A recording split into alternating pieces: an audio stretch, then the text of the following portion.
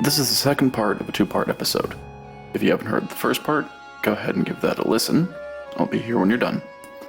If you're all caught up, then you should know that Kings of the Universe is a fantasy anthology podcast, and therefore may contain material not suitable for all audiences.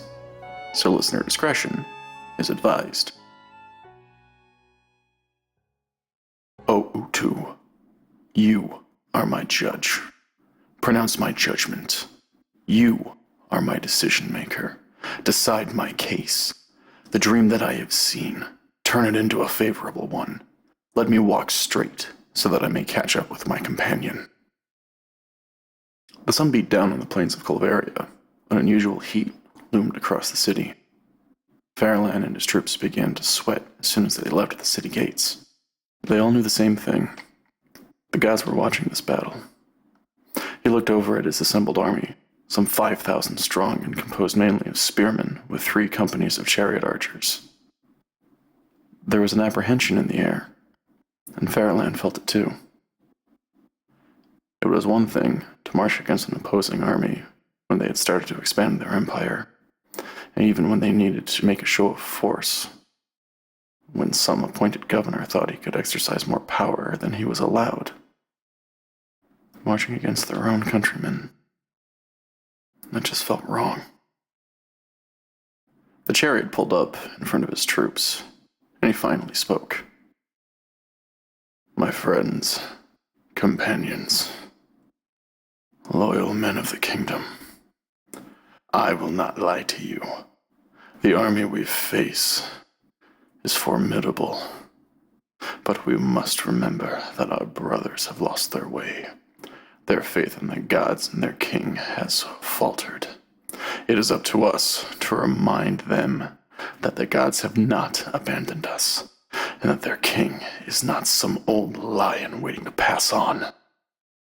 Since our words have failed to pierce the darkness around their hearts, we will pierce it with our own spears and arrows. A dull murmur of agreement rippled through the ranks, growing into a thunderous rallying cry. Feralan looked at 2 city guards standing by the gates and nodded. The battle would begin. The sound of wood creaking was drowned out by the sound of marching and the snapping of reins, followed by the braying of donkeys. Feralan took a steadying breath as the opposing force came into view. 3,000 spearmen stood in formation, spaced in 30 companies. Feralan felt some relief seeing that there were no chariots or archers. He pointed his bow forward, and his troops began to close the gap. The armies picked up speed before the companies fell into each other. His chariot archers broke off, racing around the flanks. Arrows and spears darkened the sky, each seeking their mark. Shafts littered the battlefield, some piercing the flesh of rebelling forces, while others found their homes in his troops. Feralan narrowly missed a hail of arrows peppering the side of his chariot. He cursed, drawing back his bow and releasing an arrow, which struck one of his attackers in his bare chest, dropping him to the ground. It's a shame they're rebelling. Their troops are focused and determined, he thought before noticing the taut rope. Turn around and charge through their ranks, he barked at the driver, who looked as if he had been struck. What? Just do it, he yelled, pulling the rope free, and the blades attached to his chariot finally fell, the sharp blades spinning rapidly as his chariot drove into the opposing ranks. To say that the ensuing dash across the battlefield was brutal would be an understatement. Arms, legs, heads, chunks of leather and linen flew into the attackers, stunning a few only for the meat grinder to quickly run them down or get trampled by the asses. The wave of carnage swept across the battlefield. Feralan's soldiers pushed the enemy forces towards the dashing chariot. The arrows pinned the opposition before the spinning blades cut any straight limbs as their bodies fell. Feralan strained his eyes, noticing a man standing on the edge of the battlefield. There. Go there. He pointed towards the figure. His driver glanced over, confusion plain on his face. My king, there's no one there, he tried to tell him, thinking that it was battle fatigue or the lack of sleep that his king had been plagued with. Still, it would have been foolish to disobey his king in battle, so he snapped the reins and pressed through a line of fighters, clipping several of the legs and causing them to fall to the ground before a volley of arrows finished them off. The chariot pulled to a stop. The donkeys rang nervously as Feralan looked over at the figure. The figure was imposing, broad in stature, with a scraggy, flowing black beard, dressed in a lion battle skirt. His head was adorned with a copper helmet shaped like a lion's maw, covering all but his scarred and determined face and piercing yellow eyes. He carried a copper mace, the mace resembling two lion faces, and he held a long sword at his hip. "Who are you? Friend or foe?" The figure smiled, a smile that did not reach his eyes. "I am Ritus, god of war, death, and disease. Why are you here? Have you come for my life? I promise you I might be in my old age, but I will fight until the end." Ritus laughed heartily. "No, Feralan. I have not come for your life. Well, not yet. My duty is to oversee all battles, and this one has taken my particular interest. Will you quash these rebels, or will they overthrow your rule?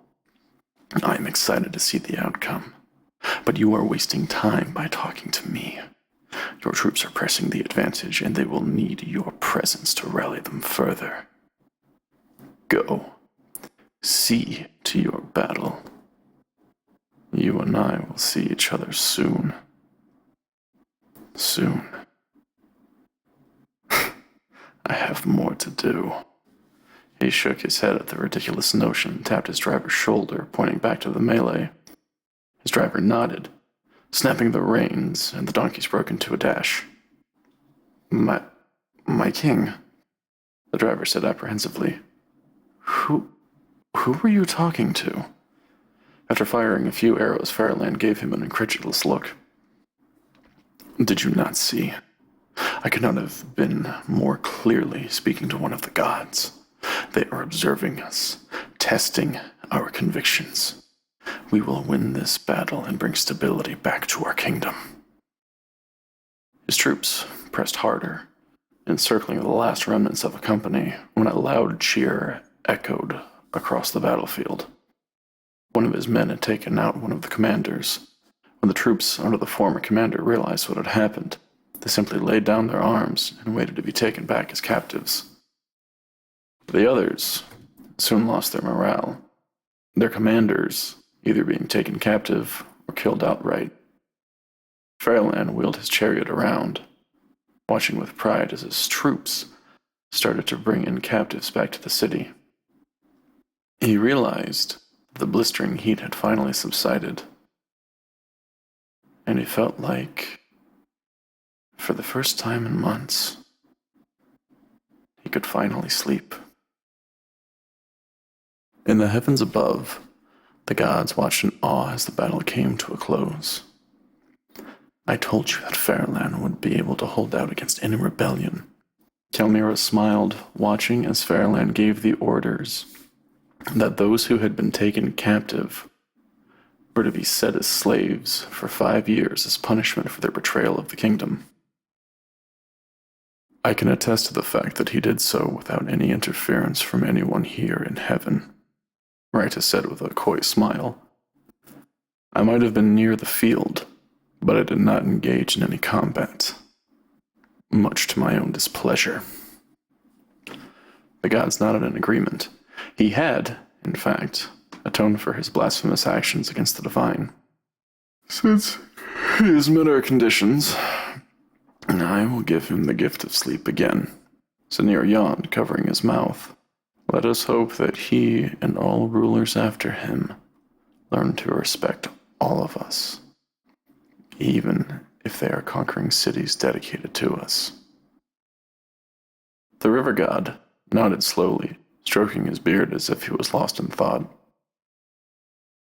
"We We can only hope that they will be more humble. Very well. I will put the waters back in the river. I will ensure that his crops grow as they once had, and that they will have an abundance of food. The goddess of harvests said with a radiant smile. Kelmira beamed. Now there is still the matter of the sword. The blade has been hidden in a far-off island in the care of the native people. They worship Ritus, or at least a god similar to him, Nardum. I believe that's what they call him. The journey to the island nation was brisk. The island itself was cold and wet. A constant downpour of rain bombarded the fertile green landscape. Kelmira stepped onto the shoreline, and the rain parted as she walked. Even in the presence of another deity, the local gods made sure that she was treated with respect. Carrying the bundled sword in her arms, she waited as the war god, Nardum, strode to greet her. He was a large man, broad-shouldered, scars across his chest and face, flowing red hair resting gently on his shoulders. He carried a long sword and rounded shield on his hip, his blue eyes looking at the goddess with a small smile playing on his face. Kelmira, Nardum said with a small bow. She returned the bow with a graceful smile across her face. Nardum, I have something that I need you to keep watch over. She gestured at the sword in her hands. Ah, I see. This is the famous weapon. Daybreaker. I admit I was curious about the blade when you came to me the first time. He paused, pursing his lips. May I see the blade? Kelmira shook her head. In due time. We need to find a proper location to hide the blade. Nardum chuckled, motioning for her to follow him. They moved unseen by the inhabitants of the island nation. Kelmira noted to herself how striking these people were compared to her own, unlike the bronze skin and pitch-black hair of her people. The people Nardum watched over were pale, and had golden hair that reminded her of wheat ready to harvest. I see no signs of elves or even orcs. She mused, watching as a dwarvish merchant called to peddle his wares. I see dwarves, but what are those other creatures with them?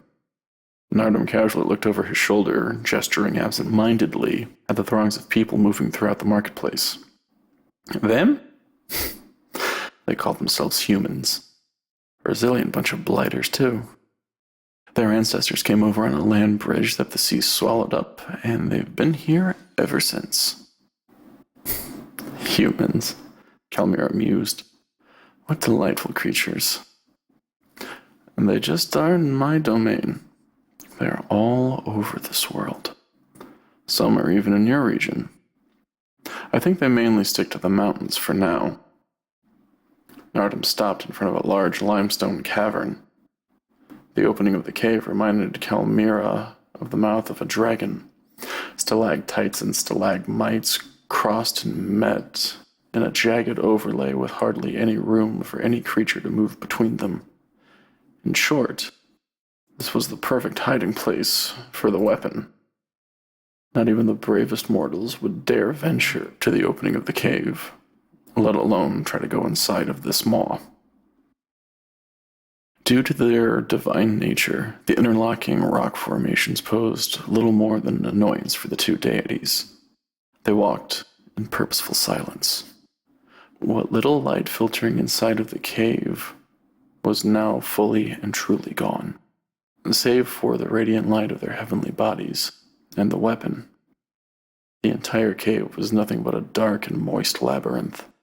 After what felt like years of navigating the tunnel system, the claustrophobic walls began to open up. The air had lost most of the dank smell from before, and a small shimmer of light managed to pierce through the earth and darkness, as if a beacon to their arrival. In the center of the chamber stood a pedestal made of gray metal.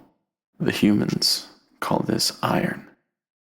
It's stronger than the bronze tools and weapons they use, but it's harder to work with, and the tin needed to form bronze is in abundance. Unless they have a sudden desire to make iron tools and weapons, no one will ever venture this far. Kalmira nodded, letting the wrappings of Daybreaker fall to the ground as she approached the pedestal. "Let the one who is worthy find this blade," she pronounced, standing in the center of the room. "Let them use this weapon to vanquish the darkness in the heart of the world," Nardum said along with her.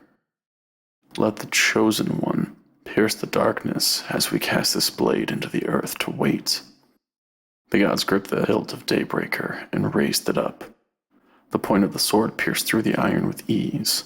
The ground suddenly began to convulse, and divine chains sprouted from the sword, locking it into place before the world grew still and quiet.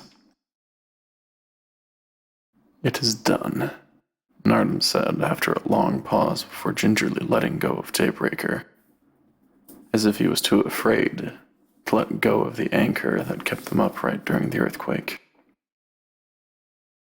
"I will make sure that it is guarded until the time your champion arrives." Kalmira breathed a sigh of relief. The worry that she had held on to since the creation of the world finally seemed to fall from her. "Thank you, Nardum. The world owes you a debt that they will never be able to repay." Nardum nearly shrugged. "It's no trouble. My people are something in a peacetime, so I'm happy to do it. You have no idea how much boredom you're saving me from." They shared a laugh, a good, hearty laugh between friends, and departed.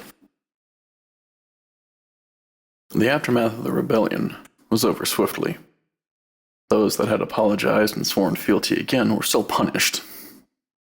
The soldiers that had repented to Feralan and his divine rule were sentenced to 3 years in bondage. Any generals that had done the same, but had lost an arm or a foot as punishment for betraying their king. The commanders and those that sowed the seed of dissent in his cities were not so fortunate. Those that had played a minor role in the rebellion were flogged and stripped with their rank of nobility.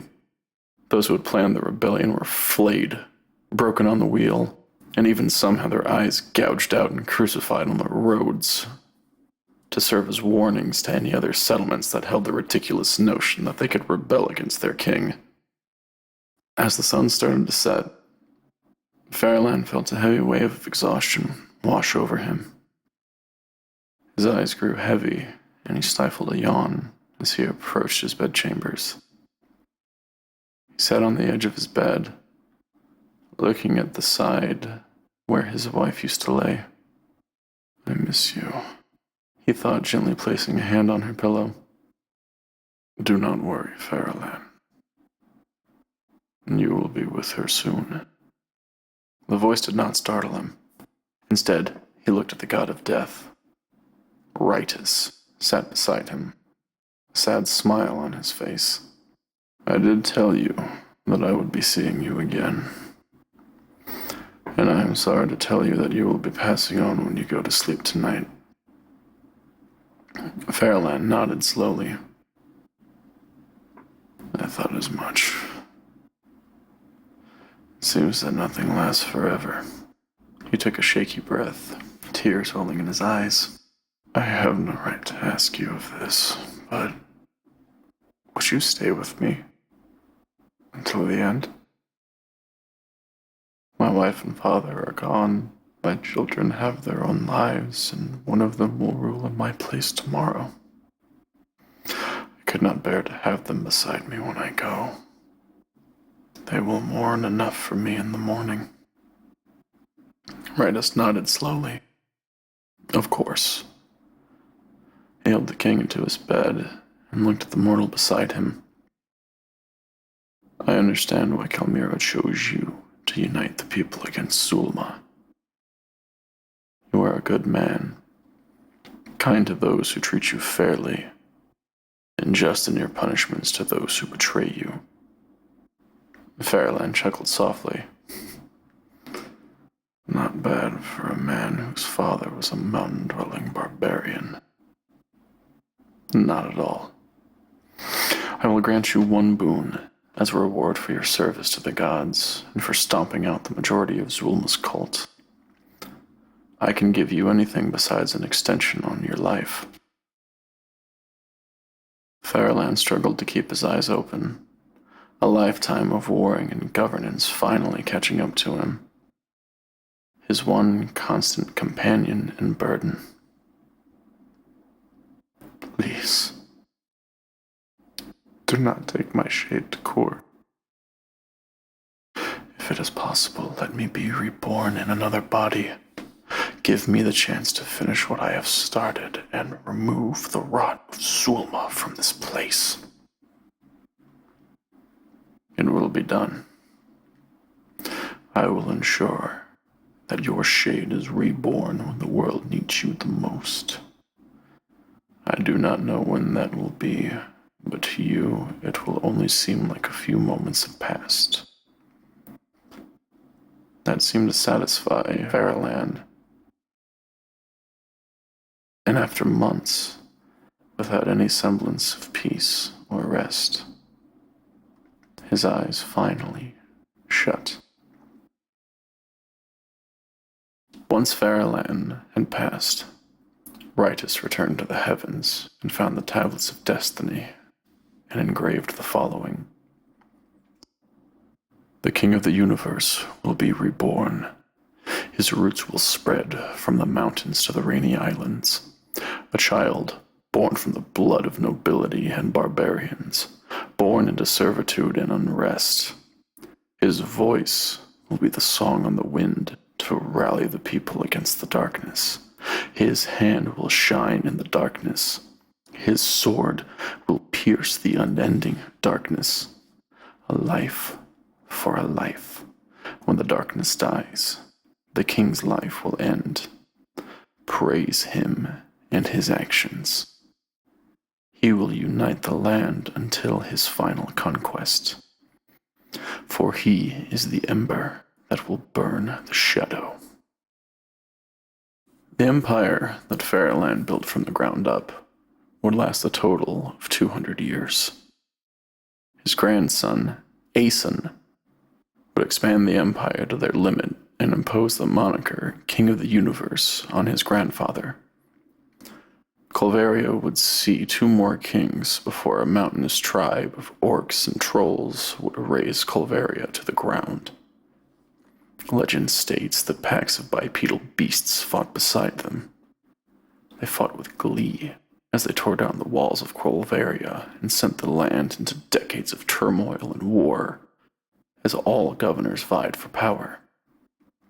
And kingdoms would rise and fall, some lasting longer than others, until the era of bronze finally collapsed. Fortunately, the people of his empire would survive, and Colvarian would stay the lingua franca of the region long after the kingdom's collapse. As the dust settles and new kingdoms rise to obtain the same glory as the Colvarians, they will forever be in the shadow of Feralan and his descendants. Whatever they would build or accomplish, they would never escape his influence.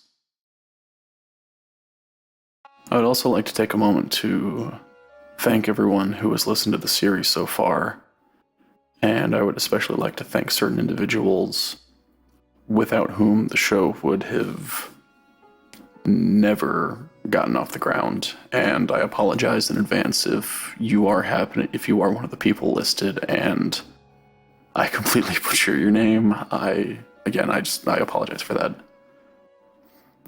First, I would like to thank Roll Chicken. I'm sorry, I'm butchering it. He is a professor that I reached out to when I was first toying around with the idea of this show, and the research material that he provided for me was honestly the foundation of this show, and without him in particular, the show would absolutely not be a thing. I'd also like to thank Cam Collins and Steve Schill from the show Old Gods of Appalachia. I reached out to them for writing advice just on a whim, and they actually responded. So their encouragement for that was very, very helpful. On the home front, though, I would absolutely love to thank my supporting wife, who always kind of gives me a swift kick in the ass when it's time for me to record. So between the four of you, the show would not have happened. So I cannot express how much I appreciate everything that you guys have done for me, and I cannot thank you enough. Another special thanks. I would also like to thank Tommy Wise. He is her editor for the show. He's also a family friend. So all of the cool little intro, outro music that you guys hear in the last two episodes, that is all Tommy. He's an absolute wizard behind editing programming. So this, again, just above and beyond anything I could have ever thought. As always, Kings of the Universe was written and recorded by myself, Matthew Jordan, and edited by Tommy Wise.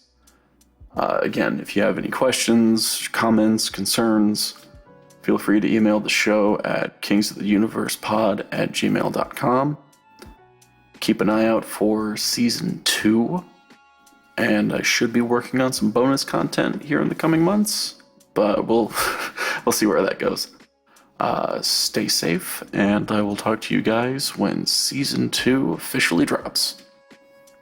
I would also like to officially close the season by reading The Curse of Agade, which was written by an unknown author sometime in the 1800s BCE, and it reads as follows. The chariot roads grew nothing but the wailing plant.